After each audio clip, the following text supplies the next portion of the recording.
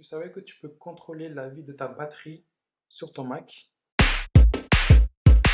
Oui, oui, oui, c'est bien ça. En fait, sur ton Mac, plus précisément, je vais parler pour ceux qui ont un Mac. Après aussi sur quelques aspects, je vais parler aussi pour ceux qui ont un ordinateur sous Windows. Mais là, je vais un peu me focaliser sur ceux qui ont un Mac. En fait, sur Mac, on a ce qu'on appelle les cycles. En fait, c'est les cycles de la batterie. Sur différents types de modèles de Mac, vous pouvez en fait savoir combien de cycles a votre batterie, à votre Mac, en fonction aussi de la version du Mac que vous avez. Par exemple, sur le Mac Air de 2019, celui qui est sorti en 2019, il y a 1000 cycles. En fait, 1000 cycles, c'est le temps de vie de la batterie. En fait, avec cela, vous pouvez contrôler dans les paramètres ou dans les informations de votre Mac, vous pouvez avoir un visuel sur les cycles de votre batterie. Un cycle, ça représente 100% d'une batterie. En fait, si vous utilisez aujourd'hui 50% de votre batterie, vous avez utilisé 0,5 cycles. Et si le lendemain, vous utilisez les autres 50%, ça fait encore 0,5. Au total, ça fait un cycle. Donc voilà. Donc un cycle équivaut à 100% de batterie utilisée. Voilà. Ça vous permet de voir, de contrôler si vous voulez, si vous avez déjà dépensé combien de cycles dans la journée. Par exemple, moi qui utilise beaucoup mon ordi, si je le décharge complètement deux fois dans la journée, je charge deux fois, donc c'est-à-dire que j'aurais utilisé deux cycles dans la journée. Après, il y a certains qui disent oui, il faut mettre son ordinateur à charger, il ne faut pas le laisser décharger complètement, ou alors il faut le charger quand il est au bout de 25, de 30. Ça, c'est à vous de voir. Sincèrement, c'est à vous de voir. Mais un truc que je suis d'accord, c'est de ne pas laisser votre ordinateur s'éteindre complètement. Ne le laissez jamais arriver à 100. Au bout de 15, plutôt de 15, quand il devient déjà rouge, au bout de 15, de 10, mettez à la charge. C'est vraiment l'idéal. Ou si vous voulez, au bout de 30, c'est comme vous le voulez, c'est à votre sauce. Mais ne le laissez pas s'éteindre complètement et le mettre à la charge après. C'est pas bon pour la santé de votre batterie. Donc je vous invite à éviter de faire cela. En fait, les cycles vous permettent aussi de savoir à quel moment c'est nécessaire en fait de changer votre batterie. Parce que des fois on se dit ouais, ma batterie se décharge très rapidement. Comme je disais, dans les informations du Mac, je vais vous montrer maintenant une petite vidéo. Dans les informations du Mac, vous allez dans les informations. Après quand vous êtes dans les informations, vous allez en fait avoir toutes les informations sur votre batterie, donc tout ce qui est stockage en fait. Et là, à ce moment-là, vous allez trouver les cycles. En fait, là, sur mon Mac de base, c'est un Mac de 2019, MacBook Air, j'ai 1000 cycles. En fait, là, j'ai déjà utilisé ça comme cycle. Donc, c'est-à-dire qu'il me reste environ ça comme cycle. Il faut juste faire la différence des 1000 parce que mon Mac, c'est un Mac qui a 1000 cycles.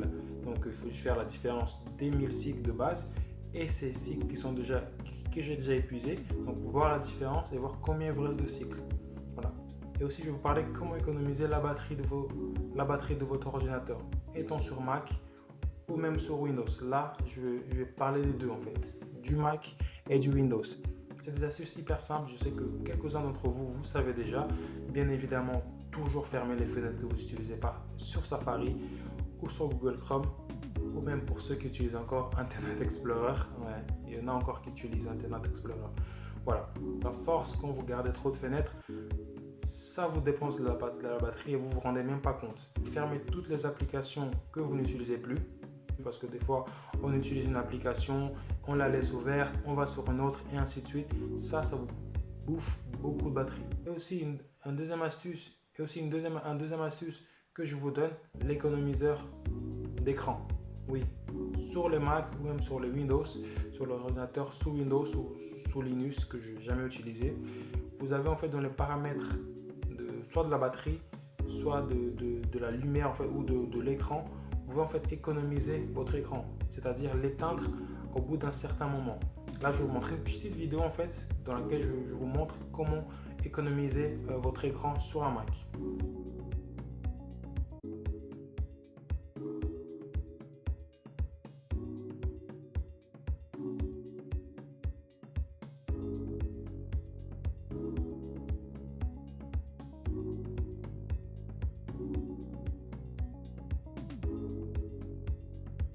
Voilà, comme vous pouvez le voir, c'est très simple. Vous pouvez en fait, à partir d'un certain temps, ça dépend. Si vous voulez que ce soit des minutes ou alors que ce soit des heures, mais c'est au bout de 3 heures maximum que vous pouvez en fait programmer un délai ou vous pouvez programmer en fait que votre écran s'éteigne. Et aussi, vous pouvez programmer aussi dans les mêmes paramètres de la batterie ou de l'écran ou du moniteur, vous pouvez programmer d'éteindre votre ordinateur.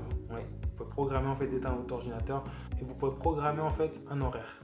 Si par exemple vous dites je regarde des séries à partir de 22h et je sais que plus ou moins vers 1h du matin, 2h du matin, je vais m'endormir, vous pouvez programmer en fait pour que votre ordinateur s'éteigne à 2h du matin, à 3h du matin ou à 4h du matin. Non seulement qu'il s'éteigne complètement, mais aussi suspendre l'activité complètement. Ouais, vous pouvez suspendre l'activité si vous ne voulez pas l'éteindre complètement. Je vais vous montrer un petit extrait sur Mac toujours, parce que là je me base sur...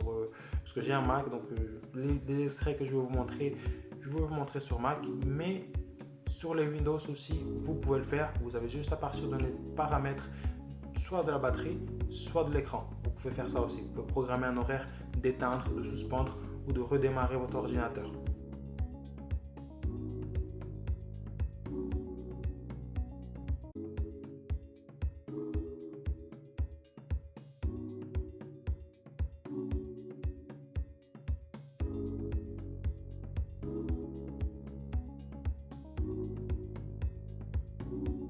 Il y en a quelques-uns qui ne mettent pas d'économiseur d'écran ou alors ne programment pas qu'à un certain moment l'écran s'éteigne. Ça bouffe beaucoup de la batterie. C'est pour ça que le lendemain quand vous réveillez, vous voyez que votre ordinateur n'a plus de batterie. Ça aussi ça peut arriver quand on est en train de jouer à des jeux et vous vous endormez.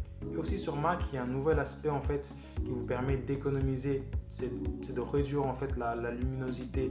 Ça c'est plutôt le soir, après le coucher de soleil. C'est un système qui se fait automatiquement sur votre Mac. Vous avez juste à l'activer. En fait, ça s'appelle le Night Shift. Ça apaise la luminosité et ça aussi, ça vous évite d'avoir des problèmes avec une lumière trop forte, surtout le soir, parce que des fois le soir, quand on est sur l'ordinateur, on a tendance à éteindre la lumière et à y rester. Donc ça peut faire très très mal et c'est très mauvais pour les yeux. N'hésitez pas à mettre en pratique toutes ces astuces-là, tout ce qui est économisation, Night Shift, comme je vous ai dit, programmer d'éteindre, de suspendre ou de redémarrer votre ordinateur à une certaine heure, programmer d'éteindre votre écran, ça c'est éteindre votre écran, et aussi les trucs de base qu'on sait tous, ne pas avoir beaucoup de fenêtres ouvertes, beaucoup d'applications ouvertes, toujours les fermer. Voilà, j'espère que vous avez aimé la petite vidéo de Tu savais. Dans la prochaine vidéo de Tu savais, je vais vous montrer en fait de comment optimiser l'espace de votre ordinateur. Bien évidemment, je vais vous expliquer sur Mac, mais aussi sur Windows. Voilà, donc sur ce, je vous dis à la prochaine vidéo et à plus.